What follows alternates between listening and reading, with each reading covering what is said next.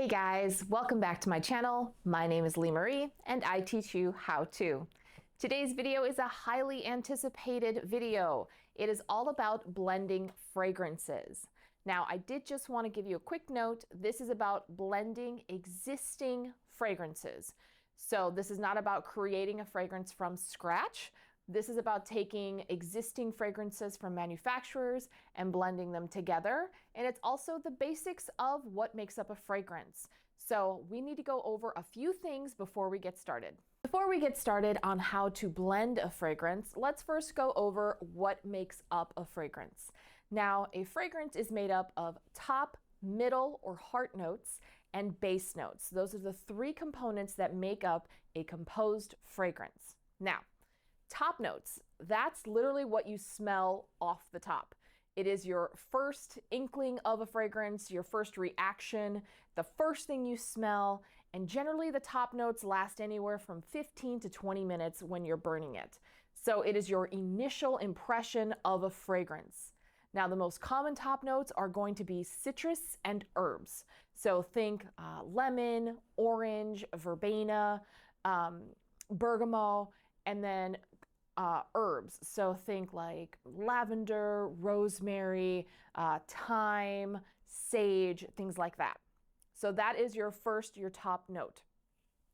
The next note that you get in a fragrance is your middle or your heart notes. Those are literally the heart of your fragrance. If you're trying to create a floral fragrance, this is where those notes are going to be. If you're trying to create a gourmand fragrance or a tropical fragrance, this is where those heart notes are going to be. It's the crux of your fragrance. Now, heart notes generally last anywhere from 30 minutes to an hour when you're burning your fragrance. And so it's the next thing that your customer will smell after those top notes.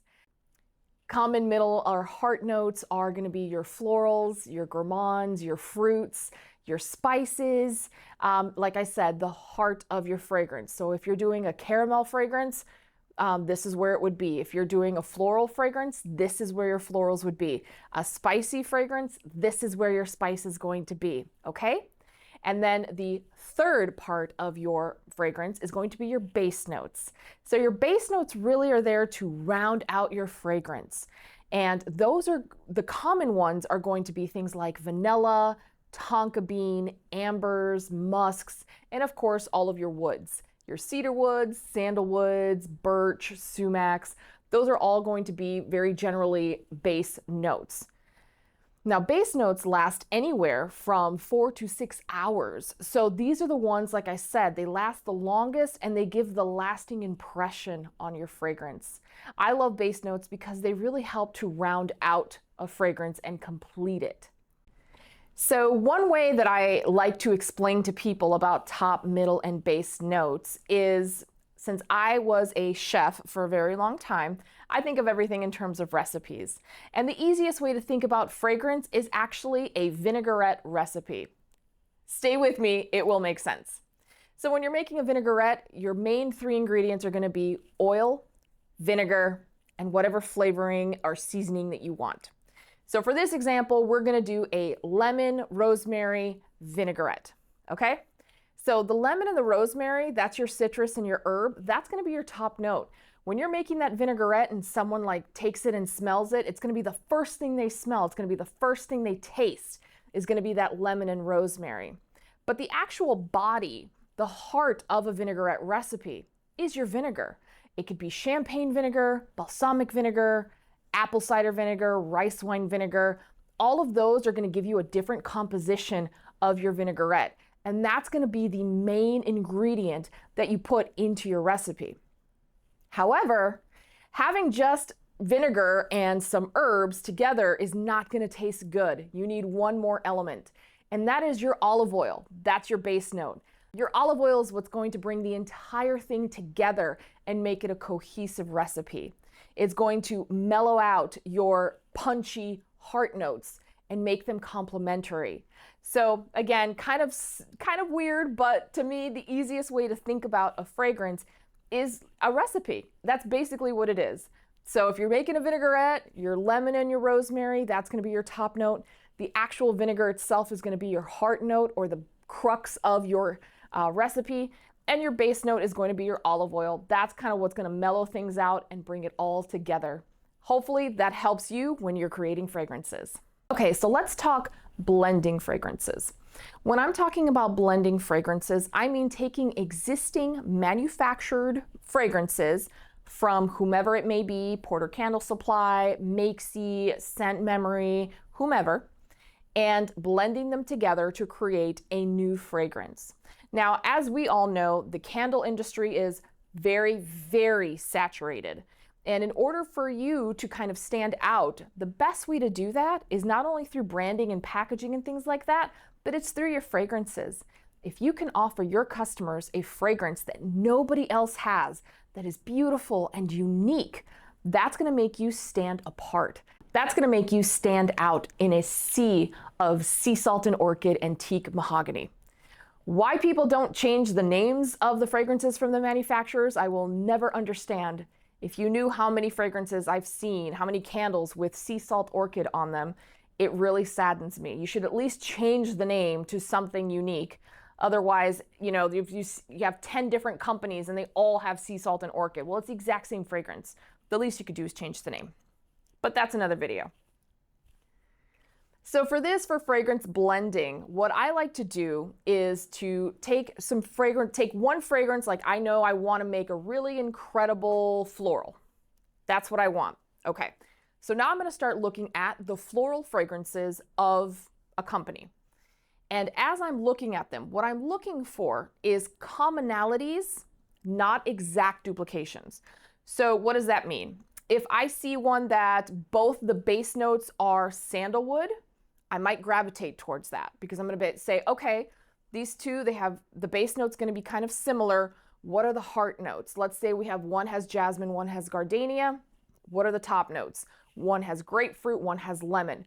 Those two together are going to go really well together because they have commonalities. So they're going to blend well together. Whenever I do my fragrance blends, that's kind of what I do. I kind of go for whatever I'm trying to create, and I look to those types of fragrances. So if it's gourmand, I'm looking at vanilla fragrances, caramel fragrances, chocolate fragrances, whatever it may be. And I'm looking for those commonalities. Is brown sugar a commonality? Is vanilla a commonality? Is like whipped cream or burnt caramel or those kinds of notes, are they a commonality? Now, again, since I was a chef, for me, it's like creating a recipe. I look for things that I know will go together and complement each other. And that's one really great way to think about fragrances. A lot of this stuff you already know. You know that pineapple goes great with spice because you put pineapple and cloves on your holiday ham. You know that florals go great with citrus. You know that rose goes great with lavender and goes great with sage and herbs. Like there's a lot of things that you already know. It's just about putting them together when it comes to creating a fragrance. You know that lemon and blueberry go great together. So there's a lot of things in fragrances that you actually already know, but you might just be psyching yourself out because you don't know maybe the correct terminology. But a lot of it, like I said, you already know this. Blending fragrances is also a lot of trial and error. When I blend my fragrances, I find those commonalities and then I order sample sizes. And then when the samples come, I smell them side by side and I see if I'm getting either a sharp difference or if I'm getting a little bit of oh, okay, these smell nice together. If they do, then I go ahead and I make a tester candle. Blending fragrances is a lot of trial and error. So some are gonna work out, some not so much. Some you may love how they smell together, but the throw is really weak, so you need to add something else to punch it up. Think of it again like you're cooking and you're making a recipe. And what you want is to create a harmonious, composed plate of food, but it's a candle. That's the easiest way that I can think of to explain to you how I blend my fragrances. You know, when you're cooking, if you have something that's a little bland, what do? You add a little salt to it, you add some pepper, you add some spices. Same thing with a fragrance for a candle. If it's a little bit bland, something's not punching you, grab something punchy, grab a bright citrus, grab some black pepper, grab some clove or cardamom, grab something that's going to give it a punch. Grab Gardenia is a very strong floral. If you have soft florals that aren't coming through, grab a strong floral and punch it up. A lot of it is going to be, again, trial and error, but it pays to play. One thing I absolutely love about it is how you can come up with something completely unexpected. I had a private label customer that came in to create her signature fragrance, and her suggestion, honestly, I thought was so weird. She had one fragrance in mind that had apple, pear, it had cinnamon, clove, caramel, and she wanted to pair that with gardenia.